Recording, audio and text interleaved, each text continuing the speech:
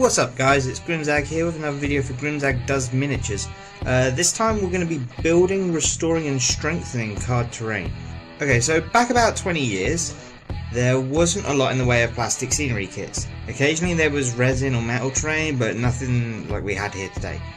There was also card terrain, which looked great when it was first built, but it tended to deteriorate quite quickly over time.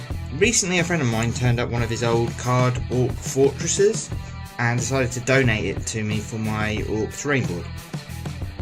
Now this is a kit that I've built before, so I was eager to see if I could bring the old card set back to life without having to worry about it getting wrecked by the trials of teenage wargaming. Quick disclaimer, whilst I'll show you every stage of me refurbing this old kit, and it's mostly going to focus on the process of repairing and strengthening the card components as far as the tutorial goes. You won't find long-winded descriptions for what paints I've used on specific bulkheads or recipes for the basing components. I'll post those in the description for anyone who wants them, but as people are going to be basing and painting components to match the existing terrain, there's not really any point in me specifically saying do it this way, because it just won't match anything you've already built. So let's get straight into it. Okay, so for a quick list of gubbins what you're going to need.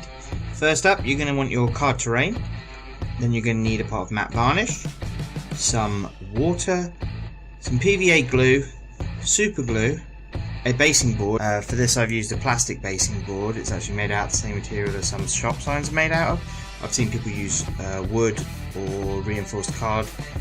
The harder it is the better, is all I'll say.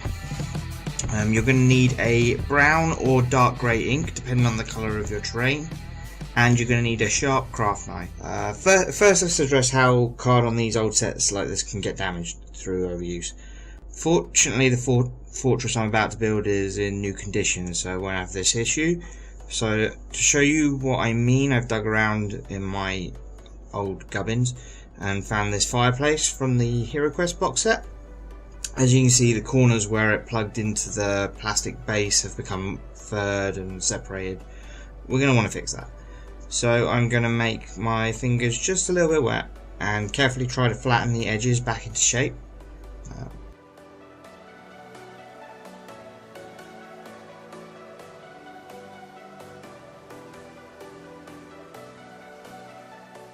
You can see I'm squeezing it here.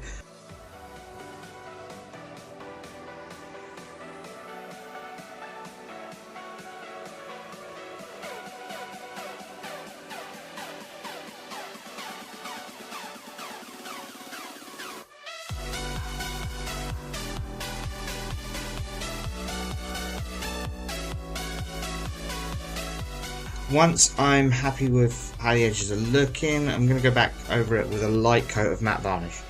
This will strengthen the edge again and hopefully make it less likely to separate in the future. Don't add too much water because obviously you'll make things worse.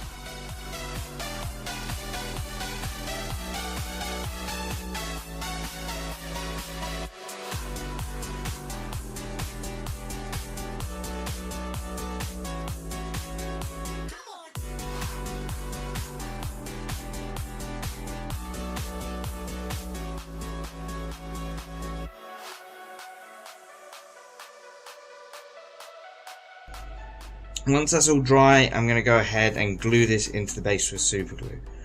I'm not using PVA here as it won't stick to the plastic well, and glue that's only attached to one of the two components isn't really helpful. Also, the glossy finish on the card will stop the super glue from seeping in like it would if it was paper or naked cardboard. The other damage these card pieces tend to get seems to be along the seams and exposed edges, so I'll be showing you how to deal with these on the fort, so there's no point in me showing you here. Now that we're working on the fortress, you can see that it's made of both plastic and card pieces. I'm going to start off by getting the plastic bulkheads all painted up. I don't want to have to worry about getting paint on the card while they're attached, so I'll paint them now just to avoid that happening. As you can see, I've done a very simple greasy metal technique on them, the recipe for which is going to be in the description. Now that they're out of the way, let's spend some time focusing on the card components. Something that I'll point out to you about some of these card buildings is the way the card is printed out. As you can see here on the outside of sections, where there are no cutouts on the inside, the edges are straight, the scoring's pretty good. With a little bit of effort, these will just push out with your fingers. The areas where there are cutouts, for example these little rectangles where the parapets are meant to fit into the top of the fort, tend to only have solid scoring on 3 sides. Now to show you what I mean, I'm going to intentionally damage this first one so that you can see what happens if you try and push these sections out with your fingers like you would everything else. As you can see, it's ripped straight through the shiny top layer. This is going to need fixing with varnish, but so that I don't have to do that with all of them, what I'm going to do is actually just score along the side that isn't properly cut, and that way I can just press them out without any further damage.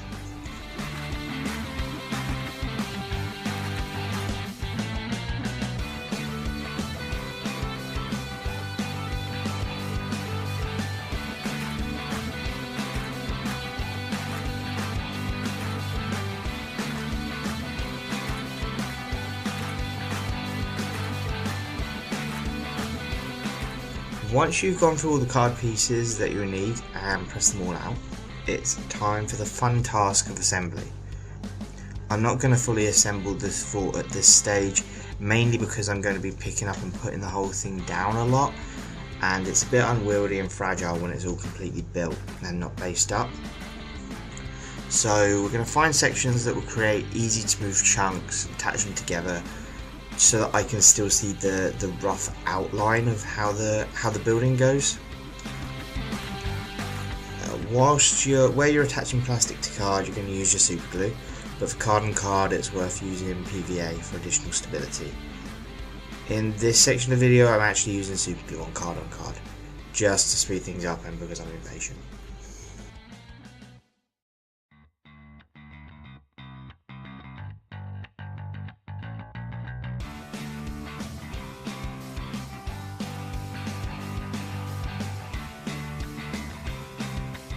Once you've managed to get enough stuck together to get a rough outline, then it's time to focus on the baseboard. So I've cut the board so that my fort will fit on it, and then I've sat the fort onto the board and loosely drawn around it, leaving about a centimetre or two, a couple of inches, between my drawn line and the actual edge of the wall. There's a couple of reasons for this. Firstly, I don't want to get the pen on the card pieces because I won't get it off, and secondly, this is going to mark the area where I don't want any detail that I'm adding to the base to cross over. That I don't want to put an intricate piece of pipe work or walls or barricades on, only to find that they won't fit because the walls will be in the way and I'll have to cut into it anyway. So here you can see I've gathered a selection of just junk from my bits box. I tend to collect all sorts of random bits and pieces here. You've got models, bits of models, toys, just scrap plastic, electrical components, anything that I figured might look right for junkyard terrain. And I'm just going to spend some time adding barricades and wreckage to the base of the fort. This is just to give the impression that, well, for a start it makes the fort look more interesting. It gives the fort a worn-in look, like it's being lived in. I'm taking care not to block this area in the top left of the screen, as this is where the gate to the fort is, and I want vehicles to be able to drive in and out of the gate unimpeded. Now that all that is stuck down and undercoated, as you can see I've gone with a silver undercoat, as so much of it's made of metal I figured it'd make things easier later on. We're ready to position and actually attach the fort to the board, as well as gluing the different segments of the fort together. In the end I used super glue again, as most of the areas that were in contact with the board were plastic bulkheads. Again, where you're connecting plastic to cardboard you're going to be using super glue anyway. If you feel like there's a cardboard section that doesn't really matter or has plenty of time to dry, just use PVA. Once that's all glued down, you want to add any texturing material to the base. I've used Vallejo texture paint, which is already the right colour for my board. I made sure that it's collected a bit at the bottom of all the walls, just so that any gaps where the card doesn't quite sit flat are filled. And because of the plastic bulkheads being like 0.5 millimeter lower than the walls, this happens quite a lot in certain sections of it. So to hide those gaps, because you will see them, we're putting the texture paint in there. The basing material should have enough strength to help hold the card in place as well, even if you're using your own basic formula. Anything strong enough to stick sand or grit to your board will probably be strong enough to hold the card as well. Now you see a lot of the work is more or less done. The structure is reasonably solid, the base is holding it all together, but it still looks like a card structure. So here's where we're going to deal with some of the edges of the card and trying to reduce the shiny finish of the whole thing. Whilst the edges might not seem like they make much of a difference, as you can see in this comparison shot, with here's a piece with this piece of frame where I've actually already worked on it. It's actually quite striking. What you're going to do is take your dark brown or black wash and lightly apply it to all the areas where there's a crease in the cardboard, or the edge of the cardboard are visible in any way, or any point where the white of the cardboard or cream of the cardboard is showing through. So this will include all the cracks from older damage as well. So I also did this where I made the tear earlier when I was pushing out the insert without scoring it. So this is going to have the effect of toning down the light creases and stop it having that Tron outline effect going on. But it does have the negative effect of adding liquid to the weakest areas of the model. Fortunately, our next step will do 2 jobs and actually fix that as well. Right, so once you're confident that you've dulled out all of the white lines on your model, you're going to move on to the final stage. As you can see here, the card used in these sets is usually really shiny. The problem is that the shine doesn't follow the painted on textures of the card. Ideally the light would be hitting the raised areas harder than the recessed areas, but as each panel is actually completely flat, natural light's never going to create the effect we want. As you can see, our matted out finished terrain piece looks to have a lot more texture on than the ultra shiny unmatted fort. So the final step is to take your trusty matte varnish and apply it to every card component on the model. You're going to try and follow the patterns on the card so that any brush strokes follow natural patterns like the lines on corrugated steel or whatever, and make sure you get every single one of your edges and creases. This, for the actual strength of the model, this last part is really important because it's going to seep into the weakened areas and re-harden them again. So any areas we've damaged with washes earlier will actually be stronger. Once you've done that, you're done. One successfully restored or refurbished classic card building that is yours and should survive a hell of a lot longer than it would have done straight out of the box. I hope this video has been useful to someone. If you want to see more of this kind of thing, leave me a comment in the box below, and so that I know what you would like to see me do next time. Until then, happy modelling and have a good one.